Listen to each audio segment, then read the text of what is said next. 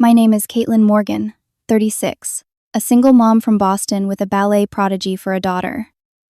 Sophia is 14, dances like an angel, and manages chronic asthma with daily medication. When she landed a solo at the prestigious Boston Youth Ballet Recital, with talent scouts attending, my sister Natalie's congratulations seemed hollow. I noticed her eyes narrowing whenever Sophia practiced. I never imagined someone sharing my blood would endanger my child's dream or worse, her life. I trusted family above all else. What a devastating mistake that would prove to be. Before I continue my story, let me know where you're watching from in the comments below. Hit that like and subscribe button if you've ever trusted someone who betrayed you. The consequences my sister faced for her actions will shock you. Looking back, my life pivoted dramatically at 22. I was building momentum as a promising dancer with the Boston Contemporary Ballet when an unexpected pregnancy derailed everything. Sophia's father, a visiting musician I'd been dating for only 8 months, vanished when I told him the news. No dramatic confrontation, just packed bags and a note saying he wasn't ready for fatherhood. By the time Sophia turned 2, his sporadic calls had stopped entirely. The irony wasn't lost on me that my parents had warned this exact scenario might happen. They'd begged me to consider adoption or at least postpone my dance aspirations, rather than juggling single motherhood with a demanding career. But from the moment I held my daughter, giving her up was never an option. So I did what mothers do. I adapted. Ballet classes and rehearsals gave way to night shifts at a downtown restaurant and weekend receptionist work at a local gym where they offered free childcare during shifts. Sophia showed an aptitude for movement before she could properly walk, perpetually bouncing, twirling, responding to music with uncanny rhythm. By 3, she would mimic my old warm-up routines with startling precision. When she turned 4, I scraped together enough for basic ballet lessons at a community center. Her first instructor pulled me aside after just 3 classes. "Your daughter has something special," she whispered. "The kind of natural facility and musicality we rarely see." Those words simultaneously filled me with pride and anxiety. I recognized the signs of exceptional talent, but also knew the punishing road ahead if she pursued dance seriously. Things complicated further when Sophia was diagnosed with exercise-induced asthma at 5. The pediatrician explained her airways would constrict during physical exertion, potentially dangerous without proper management. He seemed concerned when I mentioned ballet.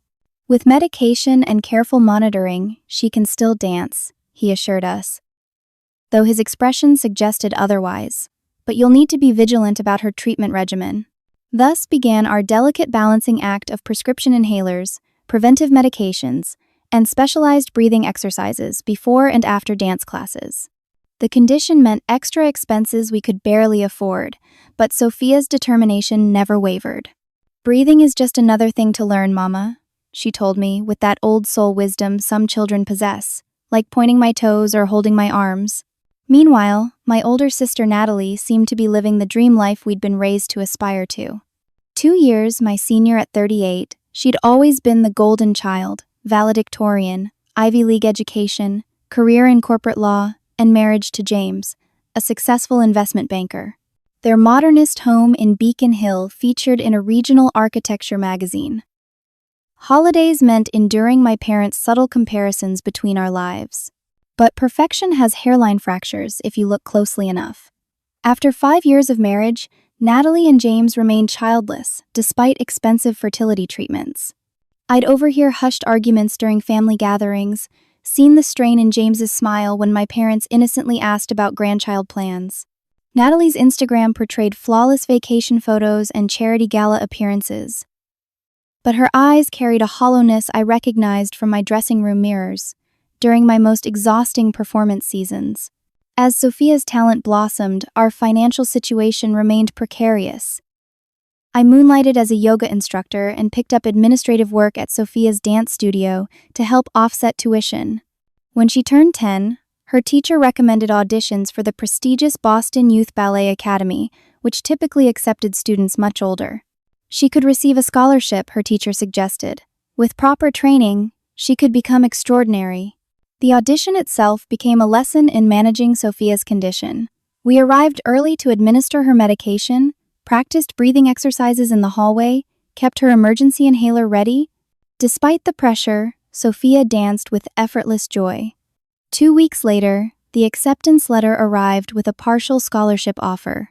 I cried that night after Sophia went to bed, both elated and terrified about affording even reduced tuition. That Christmas, during our family gift exchange, Natalie surprised us. "I'd like to contribute to Sophia's dance education," she announced, handing me an envelope containing a generous check. James and I believe in supporting exceptional talent. I was speechless with gratitude, and even my parents seemed impressed by Natalie's generosity. What none of us recognized then were the subtle flickers of resentment behind her smile as everyone fussed over Sophia demonstrating her latest ballet variations.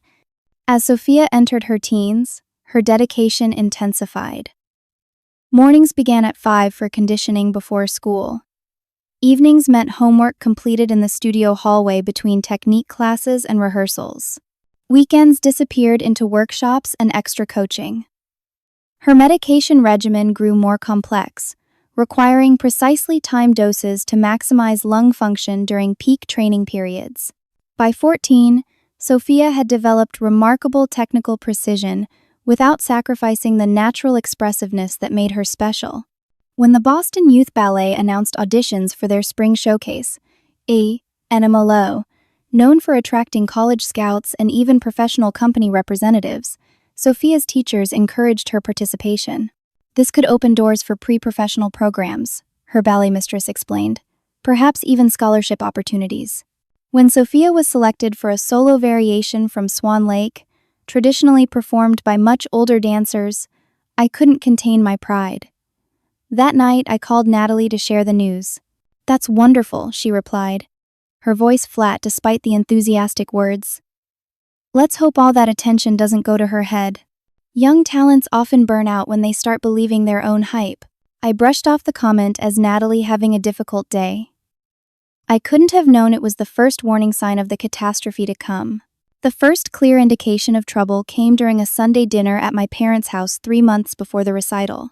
These monthly gatherings had become tradition since Dad's minor heart scare last year, ostensibly to ensure he maintained his heart-healthy diet, though we all recognized it was Mom's strategy to keep the family connected. Sophia had just returned from a weekend intensive workshop with a former principal dancer from American Ballet Theater. She bubbled with excitement, demonstrating arm positions and explaining corrections she'd received. "The teacher said my port de bras had beautiful fluidity," she explained, extending her arms to demonstrate. "Well, aren't you special?" Natalie interjected, cutting into her salmon with unnecessary force. "Is there anything you're not excellent at?" An uncomfortable silence fell over the table. Sophia's arms dropped to her sides. "I struggle with my left split," Sophia offered quietly, "and my chemistry grades could be better." My mother quickly changed the subject to my father's golf scores. But the tension lingered. Later, as I helped with dishes, Natalie approached with a glass of wine in hand. "Don't you worry that Sophia's getting a big head?" she asked, her voice low. "All this praise and special treatment can't be healthy for a teenager." "She works incredibly hard," I replied, measuring my words carefully. "The recognition is earned. Hard work is one thing, but she struts around like she's already a prima ballerina." Natalie swirled her wine. "Sometimes kids need to learn humility before the real world teaches them the hard way." "Humility doesn't mean diminishing yourself," I countered. "Sophia knows she has a long way to go." Natalie shrugged, unconvinced. "Just saying, confidence is good until it becomes entitlement." As the recital drew closer, Sophia's excitement grew alongside her nervousness. Her medication dosage required adjustment as the increased rehearsal schedule triggered more frequent asthma symptoms. Her specialist prescribed a specific protocol for performance days to ensure optimal lung function when she needed it most. At another family dinner, Sophia mentioned scouts from the National Ballet Conservatory would be attending.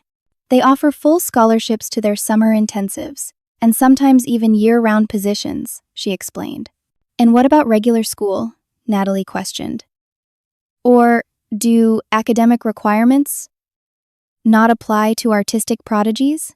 "The program includes academics," Sophia answered, her voice smaller. Many professional dancers complete high school through their conservatories. Natalie hummed doubtfully. And what happens when you inevitably get injured? Dancers always get injured eventually. Do these fancy conservatories teach backup career skills? That's enough, Natalie, I interrupted, noticing Sophia's crestfallen expression. I'm just being realistic, Natalie protested. Someone should be. My parents exchanged nervous glances, but said nothing. Their conflict avoidance had been a family pattern for decades, peace at all costs, even if it meant overlooking inappropriate behavior. Dad would later call me privately to apologize for not speaking up, but in the moment, their silence felt like tacit approval of Natalie's criticism. The situation deteriorated further when Sophia innocently mentioned overhearing an argument between Natalie and James during their last visit. I didn't mean to listen, Sophia confessed while we folded laundry. But they were so loud in the guest bedroom. Uncle James was saying they couldn't afford another round of treatments unless they sold some stocks. Aunt Natalie was crying about how unfair everything is.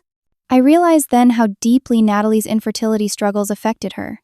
After nearly 7 years of hormones, procedures, and disappointments, watching her teenage niece excel must have felt like salt in an open wound.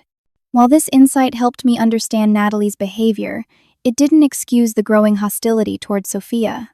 2 weeks before the recital, Natalie showed up unexpectedly at our apartment with a small gift bag. Peace offering, she announced, handing it to Sophia. Inside was an expensive leotard from a boutique dancewear company. I thought you could use something special for rehearsals. Sophia's face lit up. Thank you, Aunt Natalie. It's beautiful. I want to support you, Natalie said, her smile not quite reaching her eyes. And I'd like to help with the recital. Hair, makeup, whatever you need. Let me be involved. The gesture seemed genuine, and I desperately wanted to mend the growing rift. When Natalie suggested helping organize Sophia's performance preparations, I gratefully accepted. Between increased hours at work to cover recital expenses and managing Sophia's rehearsal schedule, I welcomed the assistance. You've done so much on your own, Caitlin, Natalie said. Let someone help you for once. I missed the calculating edge in her voice, interpreting it as sisterly concern rather than the warning it should have been. The night before the recital, I was scheduled for a closing shift at the restaurant. Normally, I would have requested the night off, but we needed the money, especially with potential summer intensive audition travel expenses looming. I can come over and help get everything ready, Natalie offered. Make sure her costume is pressed. Organize her makeup and hair supplies. You know, all those little details that get overlooked in the rush. That would be amazing, I said, genuinely relieved. Her medication needs to be packed carefully too. The timing is crucial tomorrow. Of course, Natalie nodded solemnly. I'll make sure everything is perfect. What I didn't see, what I couldn't have imagined, was what happened after I left for work. While Sophia showered after her final rehearsal, Natalie methodically went through the medical kit. She examined the clearly labeled performance day medications, carefully replaced the contents of the capsules with sugar, and returned them to their packaging, leaving the emergency inhaler untouched. A little scare might teach her what really matters, she muttered to herself. When she struggles a bit on stage, she'll learn that all the talent in the world means nothing if you can't perform under pressure. Later that evening, as I thanked her profusely for organizing everything so beautifully, Natalie hugged me with unusual warmth. What are sisters for? She said. Tomorrow will certainly be a day Sophia never forgets. I had no idea how prophetic and terrifying those words would prove to be.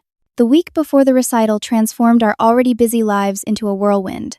Sophia's regular ballet schedule intensified with additional private coaching and stage rehearsals. Her Swan Lake variation demanded technical precision alongside emotional depth, a challenging combination for any dancer, let alone a 14-year-old managing a chronic condition. Dr. Lawson, Sophia's respiratory specialist, had established a carefully calibrated medication plan for performance day. Years of trial and error had taught us that her asthma responded best to a combination of long-acting preventive medication taken 12 hours before intense exertion, followed by a shorter-acting bronchodilator 90 minutes before performance time, with emergency medication readily available. The medication timing is as important as the choreography, he reminded us during Sophia's pre-recital checkup, especially with the demanding nature of this particular variation.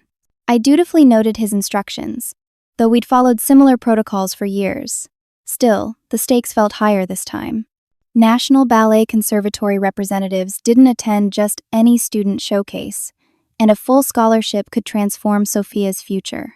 2 days before the recital, my parents hosted a small family dinner intended as a pre-performance celebration.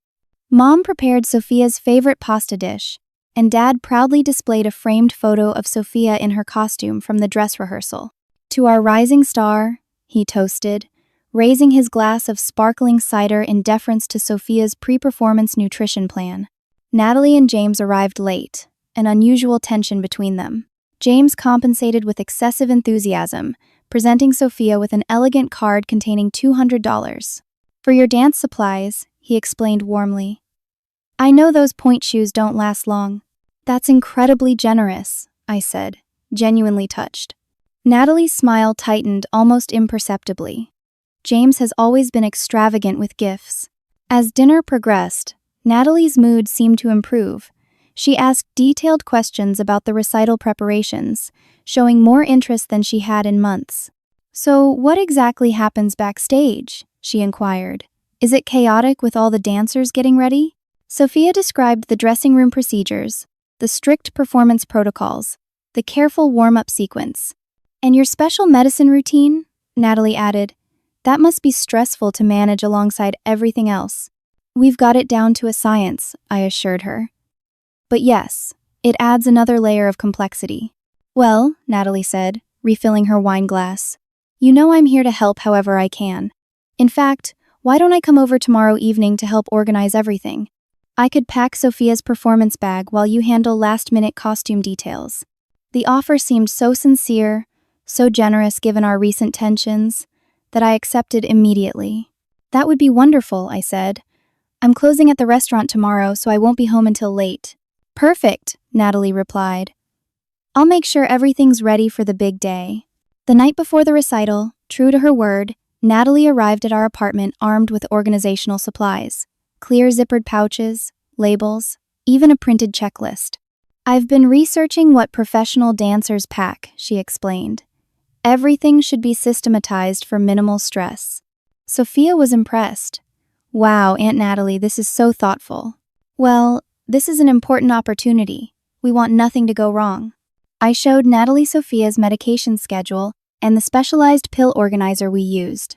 "These are the morning preventive medications," I explained, pointing to the clearly labeled compartment. "And these are the performance-specific ones she'll take before warming up.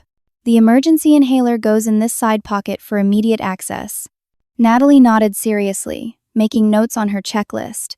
"And she knows exactly when to take each one?" "We've been over it 1,000,000 times, I confirmed. The doctor adjusted the dosage specifically for tomorrow's performance level. "Don't worry about a thing," Natalie assured me. "I'll make sure everything is perfectly organized." As I left for my shift, the sight of my sister and daughter bonding over recital preparations filled me with relief. Perhaps the tensions had simply been temporary, a product of Natalie's personal struggles rather than genuine animosity toward Sophia. What I didn't see was what happened after I departed. While Sophia was in her bedroom reviewing choreography notes, Natalie carefully opened each capsule of the performance day medication, emptied the contents, and refilled them with finely ground sugar from the kitchen. She meticulously resealed each capsule, returning them to their original containers. "Just a little life lesson," she whispered to herself. "When you struggle to breathe through your precious solo, maybe you'll realize you're not as special as everyone says." The morning of the recital arrived with perfect spring weather, sunshine streaming through our apartment windows. Sophia woke early, too excited and nervous to sleep. Following her respiratory therapist's recommendations, she did gentle breathing exercises before taking her morning preventive medication. "Everything's so perfectly organized," I remarked, admiring Natalie's handiwork from the previous evening. Each component of Sophia's performance necessities had been arranged in clear pouches with printed labels. Hair supplies, makeup, warm, up clothes. Medication schedule. We arrived at the theater 3 hours before showtime, following professional protocol rather than the typical rushed arrival of student dancers. The venue buzzed with activity, technical crew adjusting lights, volunteers arranging flowers, dance teachers giving last-minute instructions. Backstage, Sophia found her assigned dressing area, already populated with several older dancers from the company. They welcomed her warmly, impressed by her preparation and professionalism. As Sophia began her methodical warm-up routine, I unpacked her performance supplies. 90 minutes before her scheduled stage time, I handed her the pre-performance medication. "These taste weird," Sophia commented after swallowing the capsules. "Kind of sweet.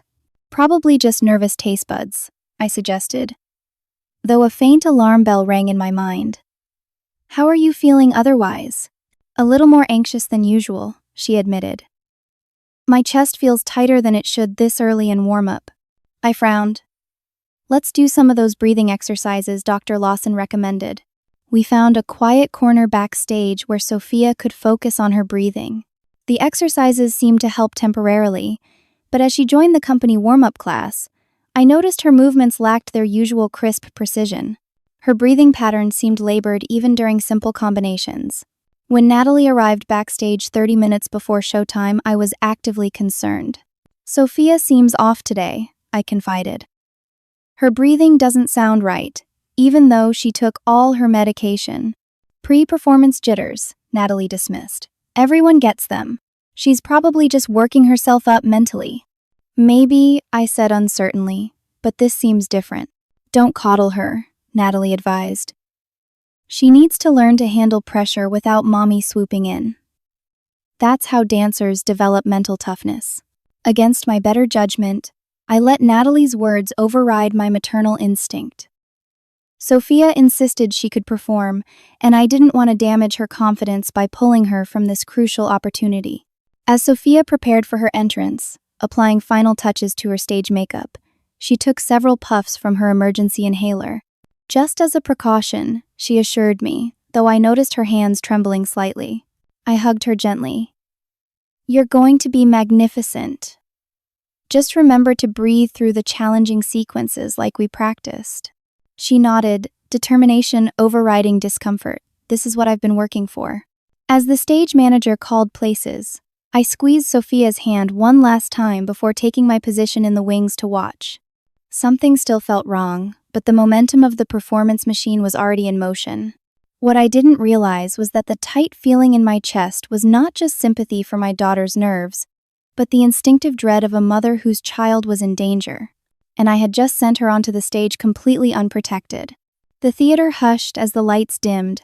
From my vantage point in the wings, I could see the distinguished visitors in the audience, the National Ballet Conservatory representatives seated prominently, programs open on their laps, pens poised for notes.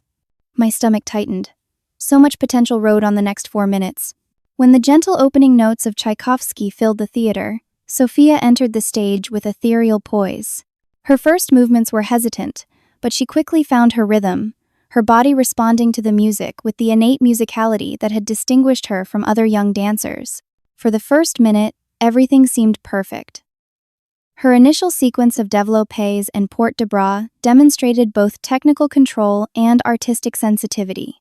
I began to relax slightly, thinking perhaps the earlier breathing issues had been temporary. Then came the first warning sign. During a series of quick, intricate footwork, Sophia's timing faltered slightly.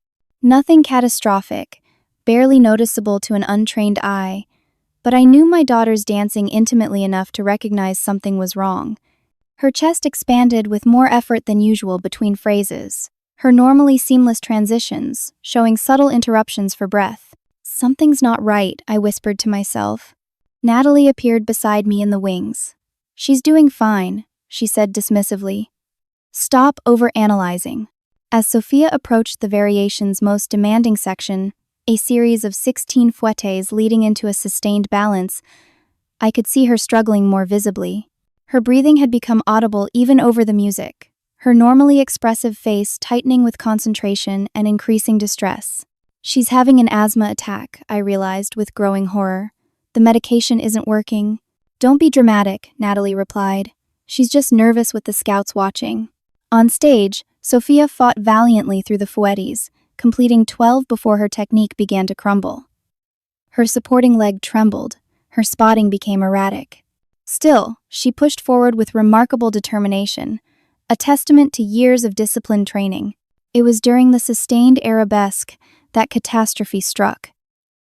As Sophia attempted to hold the beautiful line that should have been the variation's crowning moment, her face suddenly drained of color. Her extended arms began to shake visibly. She tried to continue, taking a desperate, gasping breath that was audible throughout the theater. Then her eyes rolled back, her knees buckled, and she collapsed onto the stage floor. The music continued for 3 excruciating seconds before the pianist recognized something was terribly wrong. Horrified gasps rippled through the audience as Sophia lay motionless under the harsh stage lights. I was running before I consciously decided to move, bursting onto the stage and dropping to my knees beside my daughter. Her lips had taken on a frightening bluish tinge, her breathing coming in short, ineffective gasps. "Sophia! Sophia, can you hear me?" I cried, cradling her head. Her eyes fluttered open briefly, unfocused and panicked. "Can't breathe," she managed. A flurry of activity erupted around us. The stage manager called for the EMTs, who were standardly present at all performances. Sophia's ballet mistress appeared with the emergency medical kit we'd provided, containing Sophia's backup inhaler. I administered 2 urgent puffs, but they seemed to have minimal effect. Something was terribly wrong, beyond a standard asthma attack. "What happened to her medication?" I demanded as the EMTs arrived and began oxygen treatment. She took everything according to schedule. One of the paramedics rifled through Sophia's medication bag. He opened one of the capsules, touched his finger to the powder inside, and tasted it tentatively. "This isn't medication," he announced grimly. "It's sugar." The world seemed to stop spinning for a moment as his words registered. "That's impossible," I whispered. I watched her take them from the clearly labeled containers. As the paramedics transferred Sophia to a stretcher, my eyes found Natalie standing at the edge of the stage. Her expression wasn't shocked or concerned like everyone else's. Instead, she looked oddly detached, almost annoyed by the disruption. In that moment, impossible understanding dawned. "What did you do?" I demanded, advancing toward her while the paramedics prepared to move Sophia. "Nothing," she replied, but her eyes shifted away. "They're saying her medication was replaced with sugar," I said, my voice rising. "You packed her performance bag. You organized her medications." "She's being dramatic," Natalie insisted. "Teenagers always exaggerate for attention." "She's unconscious!" I screamed, drawing startled looks from the gathering crowd of dancers and staff. The stretcher began moving toward the stage door. I was torn between confronting my sister and accompanying my daughter to the hospital. "Go with Sophia." My mother's voice came from behind me. I hadn't even realized my parents were there, having come backstage when the commotion began. "We'll deal with Natalie." In the ambulance, holding Sophia's limp hand as the paramedics worked to stabilize her breathing, my phone buzzed with a text message from my father. Natalie admitted tampering with medication. Said was just trying to teach her humility and give her a little scare. Coming to hospital soon. So sorry. The words blurred through my tears of rage and disbelief. My own sister had deliberately endangered my child's life out of what? Jealousy? Resentment? Some twisted need for control? At the hospital, doctors worked quickly to counteract Sophia's severe bronchospasm. The attending physician didn't mince words about the seriousness of the situation. Without her preventive medication, the intense physical exertion triggered a severe attack. He explained, if she hadn't received emergency treatment when she did, this could have been fatal. Whoever tampered with her medication put her life at serious risk. Hours later, when Sophia had been stabilized and rested in her hospital room connected to monitors and oxygen, Natalie appeared in the doorway. My parents hovered anxiously behind her. "Can I talk to you?" Natalie asked quietly. In the hallway, I struggled to contain my fury. What possible explanation could you have for what you did? I didn't think she'd actually collapse, Natalie protested. I just thought she might struggle a bit, have a minor breathing issue that would humanize her performance. Humanize her? I repeated incredulously. She's been so perfect, so special, everyone fawning over her natural talent. Natalie's words tumbled out bitterly. I just thought she needed a reality check, a reminder that she's not invincible. She's a child with a medical condition. I exploded. You could have killed her. Don't be so dramatic, Natalie rolled her eyes. She'll be fine, just a little scared to keep her grounded. Now she knows what real challenges feel like instead of being treated like a princess. In that moment, I didn't recognize the woman before me. How had my sister become someone capable of such calculated cruelty toward a child? Get out, I whispered. Get out before I call security and report what you did to the police. You wouldn't dare, Natalie replied, though uncertainty flickered across her face. We're family. Family doesn't endanger family, I stated flatly. What you did was criminal. Now, leave before I do something I might regret. As Natalie retreated down the hallway, my mother approached hesitantly. Caitlin, I know you're upset, but… Don't, I interrupted. Don't you dare try to smooth this over or suggest forgiveness. She deliberately put Sophia in danger. We're just in shock, my father said. We never imagined Natalie could do something like this. Well, she did, I replied, and there's no coming back from it. I returned to Sophia's bedside, where she had awakened and now watched me with fearful eyes. The scouts left, didn't they? She asked weakly. I ruined everything. I took her hand gently. You didn't ruin anything, sweetheart. None of this was your fault. What happened to my medicine? I hesitated, unsure how much to reveal. But Sophia deserved the truth, presented as gently as possible. Someone tampered with it, I said carefully. Sophia's eyes widened. Who would do that? The pain in her innocent question broke something inside me. How could I tell my child that her own aunt had deliberately sabotaged her big moment, risking her health in the process? We'll talk about it when you're stronger, I promised. For now, you need to focus on getting better. As Sophia drifted back to sleep, exhausted from the ordeal, I made a silent vow. This betrayal would not go unanswered. Natalie's act of cruelty had crossed a line from which there could be no return to normalcy. And while I didn't yet know exactly how, I would ensure that she faced consequences proportional to the harm she had caused. My sister wanted to teach someone humility? Well, that lesson was about to come full circle in ways she couldn't begin to imagine. The following 48 hours unfolded in a blur of medical consultations, medication adjustments, and interrupted sleep on an uncomfortable hospital recliner beside Sophia's bed. The doctors wanted to observe her for complications and ensure her respiratory function stabilized completely before discharge. During a private consultation outside Sophia's room, her pulmonologist, Dr. Lawson, didn't soften his assessment. I need to be perfectly clear about what happened here, he stated, reviewing her charts. Without her maintenance medication, Sophia experienced a severe bronchospasm triggered by intense physical exertion. The delay in receiving effective treatment allowed the attack to progress to a dangerous level. How dangerous exactly? I pressed. Dr. Lawson's expression was grave, potentially fatal. Respiratory arrest was a real possibility if she hadn't received emergency treatment when she did. His words struck like physical blows. My sister hadn't just sabotaged a performance opportunity. She had put Sophia's life at risk. I'm obligated to report suspected medication tampering, he continued. This appears deliberate and could constitute criminal endangerment of a minor. I nodded numbly. Her aunt admitted to replacing the medication with sugar pills. Dr. Lawson's professional composure momentarily slipped. I'm honestly at a loss for words. We'll need to document this thoroughly for both medical and legal purposes. By the second day, Sophia was physically improving but emotionally devastated. The opportunity with the National Ballet Conservatory representatives had vanished. Worse, her confidence had been shattered.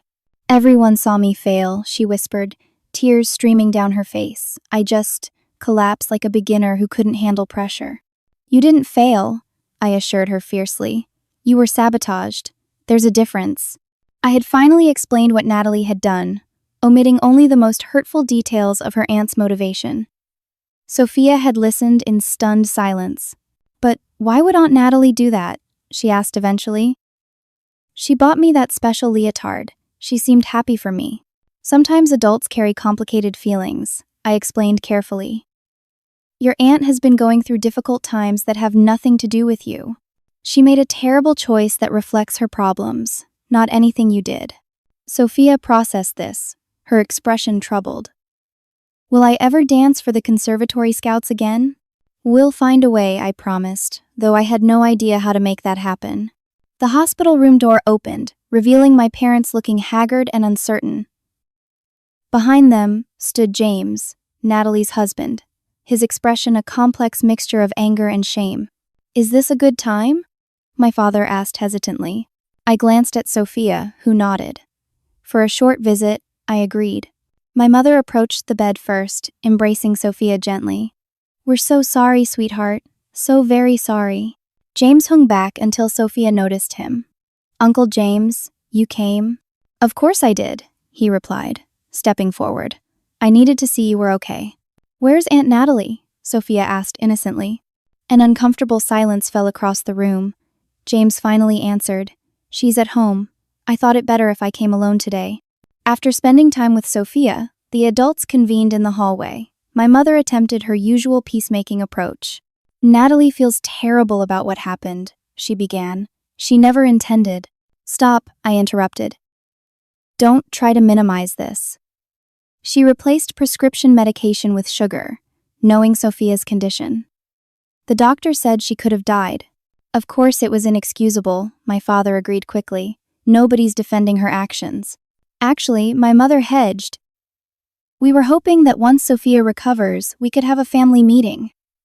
Natalie could apologize properly, and we could work through this together. Work through this? I repeated incredulously. Like it's a minor disagreement? She endangered my child's life. James, who had remained silent, finally spoke. Caitlin's right. What Natalie did was criminal, and I'm ashamed to say it didn't entirely surprise me. All eyes turned to him. What do you mean? My father asked. James ran a hand through his disheveled hair. Natalie has been changing. The fertility treatments, the disappointments, watching her friends have children. It's been hard. But lately, there's been something darker in her reactions. He turned to me directly. She's been fixated on Sophia's success for months. Complaints about how unfair it is that you, her words, accidentally had a child who excels effortlessly, while she can't have any children despite doing everything right. The bitterness in those words stung even as secondhand recounting. I tried to reason with her, James continued, suggested therapy, even couples counseling. She refused, said everyone else needed to stop exaggerating her normal reactions. My mother looked distressed. She has been under tremendous strain. That doesn't excuse what she did, but perhaps with proper help. There's more, James interrupted. Something you should know. He described discovering that Natalie had secretly diverted $50,000 from their joint savings into a private account. When confronted, she claimed it was for our 15th wedding anniversary celebration next year, he explained. But I found emails with travel agencies researching solo trips. And there's something else. James hesitated, clearly uncomfortable. What? I prompted. That money, he said quietly. It was originally set aside as a contribution to Sophia's Dance Academy fund. We had discussed creating a scholarship in her name once she moved to a pre-professional program. Natalie agreed enthusiastically at the time. My father looked stricken. When did she change her mind? I don't know exactly, James admitted, but she's been withdrawing it in increments over the past 4 months. The pieces aligned with terrible clarity. As Sophia's recital opportunity approached, the very opportunity that might have advanced her to a pre-professional level, Natalie had not only sabotaged her performance but had already begun dismantling the promised financial support. She really wanted to hurt Sophia, I whispered. This wasn't impulsive. She planned it. I can't defend her actions, James said firmly. That's why I came today. To tell you I support whatever steps you need to take to protect Sophia, legally or otherwise. My mother gasped. Surely it won't come to legal action. We're family. Family doesn't deliberately harm a child, I replied flatly.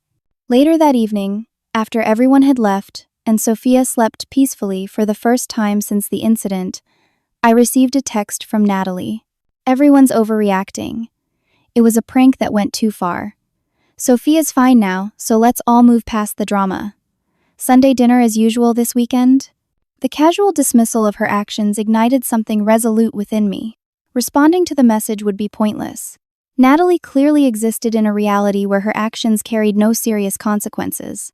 I spent that night researching on my phone while Sophia slept. Child endangerment statutes, medical tampering laws, the potential criminal and civil liabilities. By morning, I had compiled enough information to understand my options. When Sophia's doctor arrived for morning rounds, I requested copies of all medical reports documenting the incident and its cause. Planning to pursue legal action? He asked quietly. I'm keeping all options open, I replied. My priority is making sure nothing like this ever happens to Sophia again. As we prepared for Sophia's discharge later that day, my father called. Your mother and I have been talking, he began cautiously. We think perhaps it would be best to keep things within the family. Natalie made a terrible mistake, but involving police or courts would create permanent divisions. The division already exists, Dad, I replied. Natalie created it when she put Sophia in danger. People can change, can learn from mistakes, he insisted. Your mother is devastated at the thought of the family breaking apart. I recognized the familiar pattern, my parents' conflict avoidance, their desperate need to maintain the appearance of family harmony, regardless of underlying realities. I'll consider what you've said, I told him, though my mind was already made up. This wasn't a situation for compromise or quick forgiveness. This required consequences proportional to the harm caused. As Sophia and I left the hospital, a text arrived from James. Need to talk privately. Important information about the money. Let me know when you're ready. Looking at my daughter's pale face as we drove home, I knew exactly what needed to happen next. Natalie wanted to teach someone humility. It was time for her to experience that lesson firsthand. 3 days after returning home from the hospital, with Sophia still recovering both physically and emotionally, I arranged a meeting with Lisa, a friend who practiced family law. Over coffee at a quiet cafe, while Sophia attended a gentle physical therapy session, I laid out everything that had happened, providing copies of the medical reports. Lisa's professional composure cracked as she reviewed the documents. This goes beyond family drama, Caitlin. This is criminal endangerment of a minor, medical tampering, and potentially attempted assault. What are my options? I asked. You could file criminal charges, she explained. Given the medical documentation and witness statements, prosecution would be likely. Natalie could face serious consequences, possibly including jail time. The thought of my sister in prison, despite everything, gave me pause. Lisa continued. Alternatively, we could pursue civil action for damages, medical expenses, emotional distress, loss of opportunity, or we could leverage the threat of legal action to negotiate specific terms. What kind of terms? That depends on what you want, Lisa replied. Financial compensation, public acknowledgement of wrongdoing, mandatory therapy, legally binding protection orders? The important thing is establishing clear consequences. I considered carefully before responding.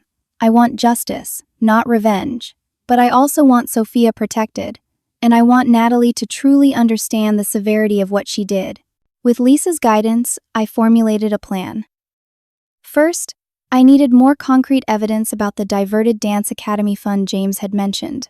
Second, I needed to create a record of Natalie's own acknowledgement of her actions. My next call was to James, who agreed to meet discreetly at my apartment while Sophia visited her grandparents. He arrived looking exhausted but resolute, carrying a folder of financial documents. I've compiled everything regarding the Dance Academy fund, he explained, spreading statements across my kitchen table. Initially, we established a dedicated investment account with $50,000. The plan was to let it grow, then formalize it as a scholarship once Sophia reached the appropriate level. The documents showed the systematic transfer of funds to a separate account in Natalie's name only, beginning 4 months earlier, precisely when Sophia had been selected for her solo performance. Did Natalie explain why she redirected these funds? I asked. James looked pained. She claimed we needed it for another round of fertility treatments.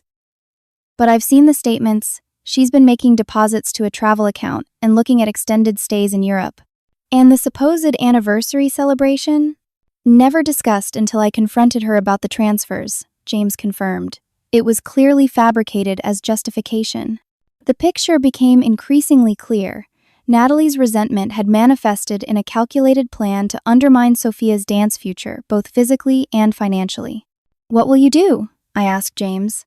He straightened his shoulders. "I've consulted an attorney about separating our finances. This incident has forced me to acknowledge problems I've been ignoring for years. I can't continue pretending we have a healthy marriage." "I'm sorry," I said sincerely. "Don't be," he replied. "And know that regardless of what happens between Natalie and me, I still want to support Sophia's dance education. The original commitment stands, at least from my perspective." With James's documentation secured, I moved to the next phase. I texted Natalie requesting a private meeting at her house, suggesting I wanted to discuss moving forward as a family. She agreed readily, apparently believing her actions would indeed be swept under the rug, like so many family tensions before. Before the meeting, I activated a recording app on my phone, PPLTIS, legal in our state for in-person conversations when at least one party consented. Natalie welcomed me with performative warmth when I arrived at her Beacon Hill home. "I'm so glad you're being reasonable about everything," she said, ushering me into her immaculate living room. "Mom was worried you might overreact." I maintained a neutral expression. "I think we should discuss exactly what happened first, so we're on the same page." "It was a regrettable mistake," she offered dismissively. "I never thought she would actually collapse on stage." "Let's be precise," I pressed. "You deliberately replaced Sophia's prescription medication with sugar pills, correct?" Natalie shifted uncomfortably. "I just wanted to create a small challenge for her. She's had everything come too easily." "A challenge," I repeated slowly. "The doctor said she could have died, Natalie." "That's extreme medical caution," she scoffed. "She was fine after some oxygen and rest." I maintained steady eye contact. "Why did you do it? Really?" Something in my tone must have pierced her defenses. Natalie's carefully constructed facade cracked slightly. "Do you have any idea what it's like?" she burst out. "Watching you, the family disappointment, produce this perfect, talented child without even trying? While I do everything right, follow every rule, and can't have even one baby despite years of painful treatments? So you punish Sophia for existing?" "I taught her a valuable lesson about real life," Natalie insisted, regaining her composure. "Success isn't guaranteed. Things go wrong. People face setbacks. By potentially killing her? Stop being melodramatic," she snapped. "It was a minor prank with unintended consequences." I took a deep breath. "And what about the Dance Academy fund? Was that an unintended consequence too?" Natalie froze. "What are you talking about?" "The $50,000 you and James set aside for Sophia's dance education. The money you've been systematically transferring to your personal account over the past 4 months. That's private financial business between my husband and me," she replied coldly. "Strange timing, though," I observed. "Starting those transfers right when Sophia was selected for the recital that could advance her career." Natalie's eyes narrowed. "What exactly do you want, Caitlin?" "I want justice," I stated simply. "I have 2 options. First, I can file criminal charges for endangering a minor, medical tampering, and attempted assault. I have the hospital documentation, witness statements, and now your recorded admission of deliberately replacing medication." Her face paled. "You're recording this?" I continued as if she hadn't spoken. "My second option is this. You transfer the entire $50,000 to a new scholarship fund for dancers with medical conditions, established in Sophia's name at Boston Youth Ballet. You attend mandatory therapy, you provide a written acknowledgement of what you did and why it was wrong, and you maintain distance from Sophia until she decides otherwise." "You can't be serious," Natalie sputtered. "That's my money." "No," I corrected. It's money that was promised for Sophia's dance education, which you diverted while simultaneously sabotaging her health and opportunity. Think of it as restitution. I refuse, she declared. And you're bluffing about pressing charges. You wouldn't put the family through that kind of scandal. Try me, I replied evenly. The doctor has already filed initial reports. The ballet company has documentation. The only reason I haven't formally filed is out of consideration for Mom and Dad. Natalie's expression turned calculating. They'd never support you destroying the family like this. They've always chosen peace. Perhaps in the past, I acknowledged. But even they have limits. Deliberately endangering their granddaughter crosses that line. Our standoff was interrupted by the sound of the front door opening. James appeared, surprising both of us. I thought you were at the office, Natalie said sharply. I came home early, he replied, his expression unreadable. I thought you might need support for this conversation. Natalie's relief was palpable. Good timing. Caitlin is threatening absurd legal action unless I give away $50,000 of our money. James looked directly at me. I heard most of your conversation from the hallway. Then to Natalie, you really did it. You deliberately tampered with Sophia's medication. It wasn't as dramatic as everyone's making it out to be. Natalie protested. I spoke with her doctor, James continued quietly. He described exactly how close she came to respiratory arrest. Do you understand what that means, Natalie? Her heart could have stopped. Natalie's facade crumbled completely. You're all against me. No one understands what I've been through. This isn't about you, James said firmly. This is about a child who nearly died because of your deliberate actions. He turned to me. The scholarship fund is an appropriate consequence. I'll ensure the money is transferred immediately, regardless of Natalie's cooperation. You can't do that, Natalie cried. That's our anniversary fund. There is no anniversary fund, James replied wearily. And I suspect there won't be an anniversary either. The revelation hung heavy in the air.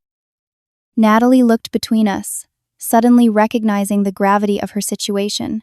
You're both overreacting, she tried once more, her voice smaller. No, Natalie, I said. For perhaps the first time, people are reacting appropriately to your behavior.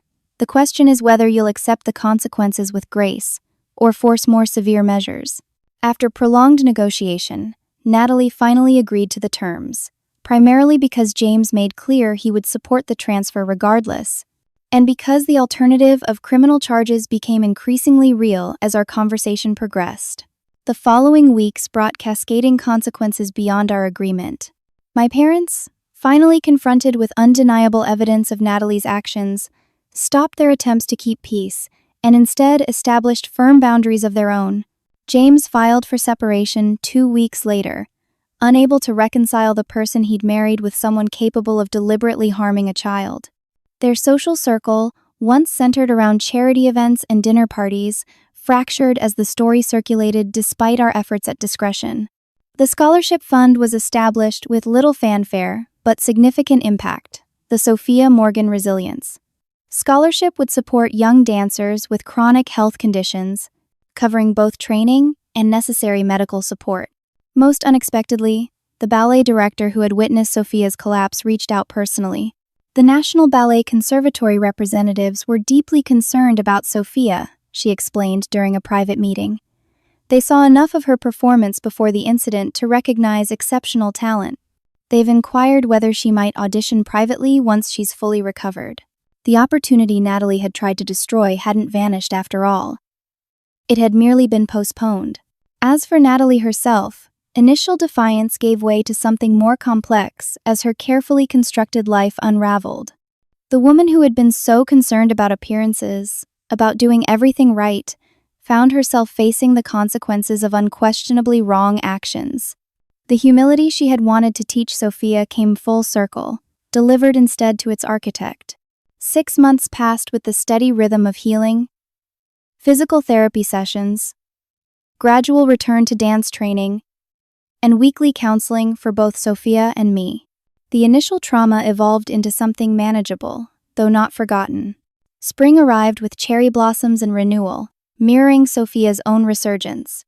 Her breathing capacity returned to pre-incident levels through diligent respiratory therapy, her muscle memory awakening after the enforced rest. Most importantly, her confidence gradually rebuilt as she reconnected with the joy of movement that had always defined her. "I want to try again," she announced one evening as we walked home from the studio, the private audition with the National Ballet Conservatory. "I'm ready."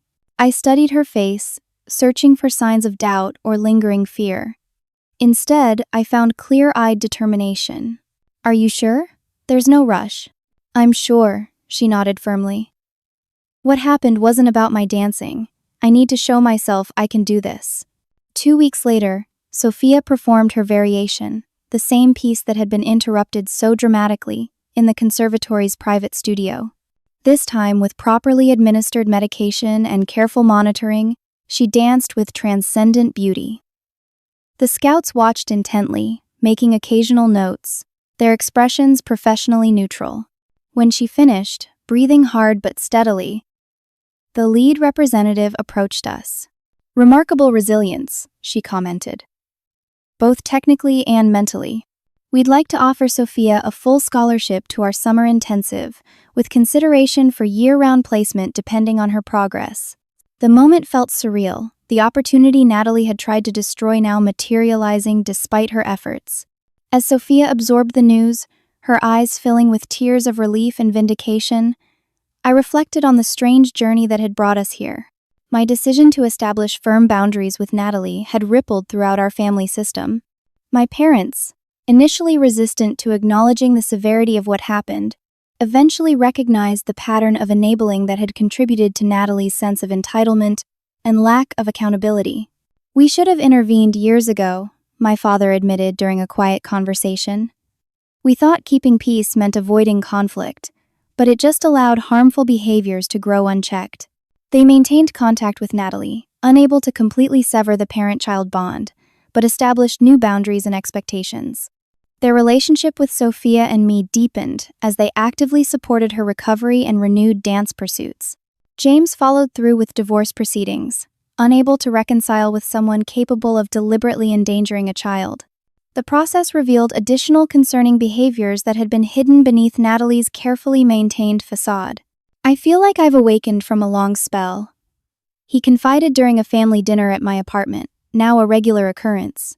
"I kept making excuses for increasingly troubling actions because I couldn't face the reality of who she'd become."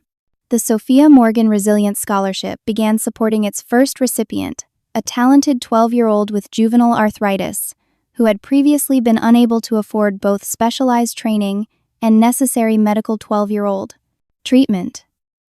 Watching this child flourish with proper support became one of the unexpected joys emerging from our ordeal. As for Natalie, consequences accumulated beyond what any legal action might have imposed. The carefully constructed social standing she had, prioritized, crumbled as former friends and colleagues distanced themselves.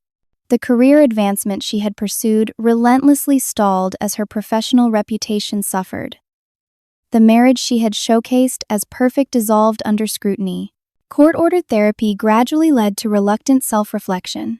During our only direct conversation in those 6 months, a carefully mediated session with both our therapists present, Natalie spoke with halting awareness.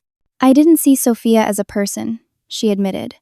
"I saw her as a symbol of everything I couldn't have. It wasn't rational, it wasn't excusable, but that's what happened." The acknowledgement came too late to repair our sisterly bond, which had been irrevocably broken. Some betrayals cannot be undone, only accepted as permanent alterations to the landscape of family. I maintained firm boundaries, allowing Natalie no direct contact with Sophia until my daughter might someday choose otherwise. 1 year after the recital incident, Sophia returned to the same stage for a student showcase. Backstage, I watched her prepare with methodical care, checking her own medication, practicing calm breathing techniques, centering herself before performance.